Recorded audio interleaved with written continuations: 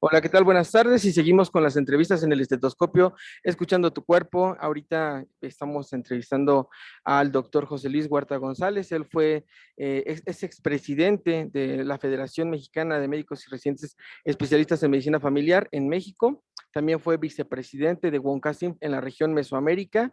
Y bueno, actualmente está participando en el comité de investigación. Doctor Huerta, muchas gracias por estar en esta entrevista. No, gracias a ti, Víctor. Yo he escuchado varias de tus entrevistas y siempre muy interesante, ¿no? Que nos tengas al día con las diferentes personalidades que has entrevistado. Gracias, doctor. Y ahorita en este congreso número 32 de medicina familiar, nos vino a hablar acerca de las familias extensas Ujú. y las problemáticas que se dan. ¿Qué nos puede hablar acerca de esa investigación que realizó? Mira, las familias extensas tienen una peculiaridad, que son muy extensas, que son muy grandes, ¿no? Pero que vienen a representar lo que es la mayor parte de las familias en México. Es decir, son familias muy tradicionales, pero que se han conformado en base a una serie de factores de riesgo.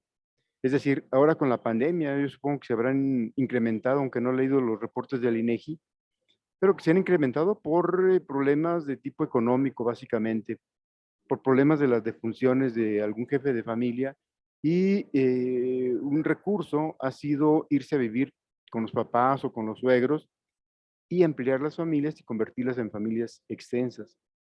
Una familia extensa está llena de factores de riesgo, tanto implícitos porque los podemos vislumbrar, como de factores explícitos. Implícitos porque el tipo de familia es un tipo de familia riesgoso. ¿Riesgoso para qué? Para que haya violencia, para que se incrementen las adicciones, para que el control de las enfermedades crónico-degenerativas se pierda, para que surjan problemas tan graves como el embarazo en adolescentes, las adicciones en adolescentes, el alcoholismo en el jefe de familia, etcétera. Y para que se incrementen o se exacerben problemas psiquiátricos, la depresión básicamente, y los problemas de ansiedad. Es decir, todo esto convive en un tipo de familia. Obviamente que aparte hay otra serie de factores de riesgo importantes como el hacinamiento, como problemas de promiscuidad habitacional, como problemas en los que el roce ocurre a diario y se da ese problema que no es únicamente de violencia doméstica con relación a los niños o a la mujer. Hay viejos en estas familias extensas y también son víctimas de ese maltrato, de ese descuido, de ese olvido, de esa discriminación que ocurre dentro de las familias. Diríamos que estamos en contra de la naturaleza, de lo natural, de este ciclo vital de naces, creces, te reproduces, mueres, de que desde los animales lo vemos que los hijos abandonan el nido y vuelan y ahorita estamos estancados en esta parte de una plataforma de colocación o de independencia en esta fase, o a veces regresan tenemos una crisis de que están regresando los hijos a casa. ¿Por qué? Porque no hay oportunidades y múltiples factores que existen. Claro, estas familias extensas se conforman porque el hijo no sale, acentuándose esa dependencia prolongada de los hijos que a veces es permanente, o porque los hijos regresan, como muy bien dices, en un fenómeno que alguien ha llamado boomerang. Esto ocasiona que, por ejemplo, una pareja de padres de 60 años, con la llegada de regreso de uno de los hijos, pues regresen de esa etapa de independencia, de esa fase de independencia a la fase de dispersión. Y ahí se van a quedar mientras el hijo siga viviendo con ellos. Claro, el hijo que va con su pareja, con sus hijos. Y esto obviamente que incrementa los factores de riesgo para todo el conjunto familiar. Factores que tienen que ver, como ya comentaba, con problemas de salud, con mal apego terapéutico, con problemas económicos, con problemas de violencia por el roce constante en espacios pequeños, porque no son viviendas grandes. ¿Qué es lo que he notado que nosotros como médicos familiares en nuestra práctica dejamos de hacer o damos por alto, no vemos en cuanto a estas familias extensas y que dejamos de hacer un trabajo que evidentemente nos está faltando hacer en la práctica, en la clínica, con el tipo de familia extensa? Sí, mira, el médico familiar actual, institucional, obviamente, se ve sujeto a una serie de presiones, desabasto de medicamentos, mal apego terapéutico por parte del paciente, exceso de consulta, mala planeación. pero nosotros contribuimos a que no trabajamos con la familia. Y eso es un área de oportunidad enorme, porque trabajar con la familia haría que tu tiempo fuera mejor aprovechado, porque es falso que al trabajar con la familia, al hacer un familiograma, el tiempo no te alcance. Y digo que es falso porque hay un principio, el de la longitudinalidad, que permite que si tú vas a estar al frente de una familia, lo vas a estar por años, por décadas. La familia se va a habituar a tu forma de trabajar y va a haber un beneficio para todos. Entonces, el médico familiar lo que tiene que hacer es trabajar con la familia en base a sus factores de riesgo, identificarlos, jerarquizarlos y en base a esto hacer planes de actividades conjuntas con el equipo de salud y conjuntas con la familia misma. Es decir, el ámbito, yo siento que no ha sido debidamente explotado en la medicina familiar y eso tiene repercusiones importantes. Yo insisto en que hay que trabajar en base a esa longitudinalidad, en base al enfoque anticipatorio que tiene que ver con los factores de riesgo y en base al estudio de los elementos de la familia, porque esto te va a permitir tener una actividad médico-familiar muchísimo más satisfactoria, tanto para el paciente y su familia como para ti mismo. Pero el resultado final que esperaríamos es que se abatan los problemas de salud pública, que la incidencia en cáncer, por ejemplo, en cáncer mamario y cáncer cervicuterino descienda. Los problemas de salud pública hoy en día siguen siendo los mismos problemas de siempre y no se van a abatir si seguimos dando una atención biomédica, biologicista, curativista, en la que únicamente llevas a cabo una prevención secundaria. Es decir, hacer un diagnóstico y prescribir medicamentos y dar algunas indicaciones. Eso no es suficiente para que se abatan estos problemas de salud pública, que sería el fin último y el mayor logro que podríamos alcanzar. Doctor, este fenómeno de familias extensas es una realidad, hay que aceptarlo. Creo que va a ir en aumento y pues yo creo que sí sería bueno cambiar el concepto, como usted bien dice, de la atención a la persona y hacer los consultorios más grandes para no atender a personas, atender a familias, ¿no? Exacto, a grupos familiares. Porque ese es otro problema, ¿no? En nuestros consultorios tenemos 2 sillas. Entonces, ¿cómo vas a atender al grupo familiar?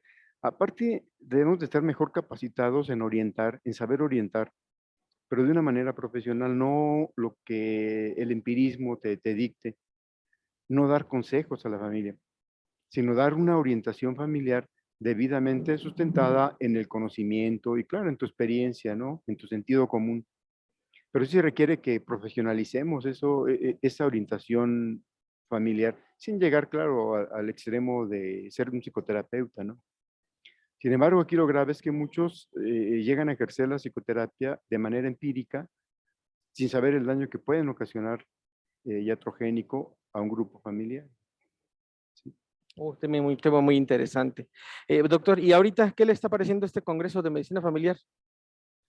Me está pareciendo excelente, tanto por el contenido como por la convivencia que se da, pero lo que más me llama la atención y que subrayaría es que cada vez los jóvenes se van apropiando de la exposición de temas, de la participación en asambleas. Ayer hubo la asamblea con la federación, hoy estamos saliendo de la reunión de la asamblea con el Consejo Mexicano de Certificación y la cantidad de jóvenes cada vez son mayores. Los que intervienen haciendo preguntas en talleres, cada vez son más residentes y médicos familiares jóvenes. Y eso es lo que al menos a mí me da la esperanza de que estos problemas de salud pública que te comento, este trabajar con la familia, este enfoque de longitudinalidad, va a mejorar la situación de la salud en nuestro país, gracias a la perspectiva, al trabajo, a la vocación de muchos médicos familiares jóvenes. Vamos creciendo, ya nos extrañábamos 2 años sin congresos por la pandemia. Sí, así es. Pero explotamos un medio como este, ¿no? El de la telecomunicación, el de la telemedicina, el de las teleconferencias, que vinieron a cubrir esa deficiencia. Y hoy en día se pueden llevar ya híbridas estas presentaciones, ¿no? De manera presencial y de manera virtual. Obviamente, la extensión a quienes puedes llegar, pues, es muchísimo más amplia. Sí, sí se extraña, obviamente, el contacto, aunque todavía no estamos exentos del virus y ya, de hecho, llegan otros virus, pues seguimos, ya ahora trabajando de manera presencial y sí se extraña, ¿no? El abrazo, el hablar directamente, el que te hagan una entrevista, pues claro que son situaciones que siempre hacen falta, ¿no? Doctor, y ya para terminar, ahorita sobre qué está trabajando, qué está haciendo ahorita. Ahorita mi inquietud es terminar una segunda edición del libro que hice hace ya muchísimos años, 3 lustros más o menos, en el que vienen plasmadas una serie de ideas que vienen a complementar lo que ya se ha dicho, lo que ya sabemos. Pero ese complemento está basado en una serie de ideas mucho más prácticas, más realistas y que persiguen esos objetivos que ya he comentado, ¿no? El abatir los factores de riesgo, el abatir la incidencia, la prevalencia incluso de las enfermedades crónico-degenerativas, del cáncer, de los factores de riesgo que se dan en la familia.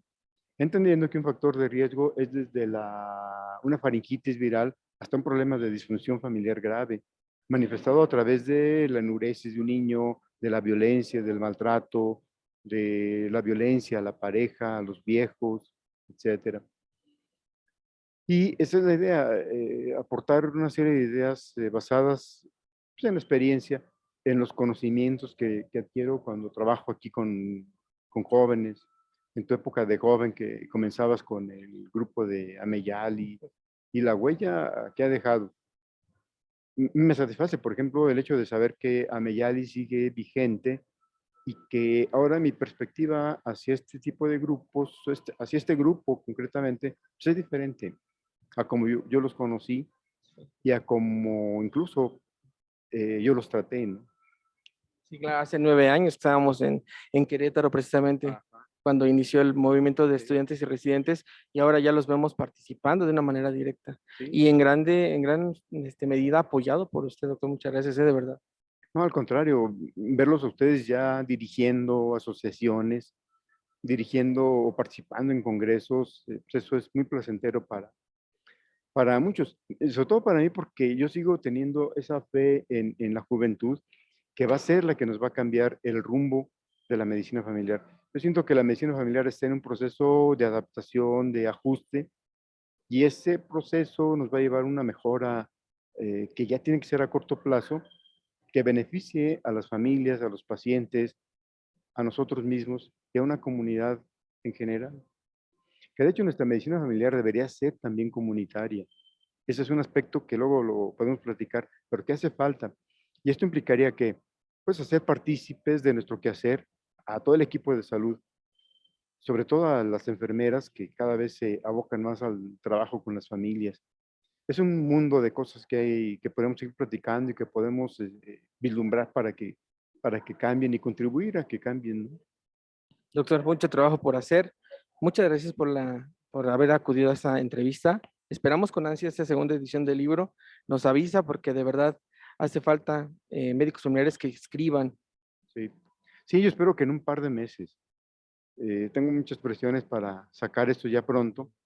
Y pues muchas felicidades a ustedes, muchas felicidades a ti que por este medio has seguido trabajando y que nos permite ver otras ideas, otros comentarios de otras personas y que complementan nuestra propia visión. Así que muchas felicidades y muchas gracias. Gracias, doctor. Y sigamos en el Congreso disfrutando. Vale, hasta luego. Hasta luego.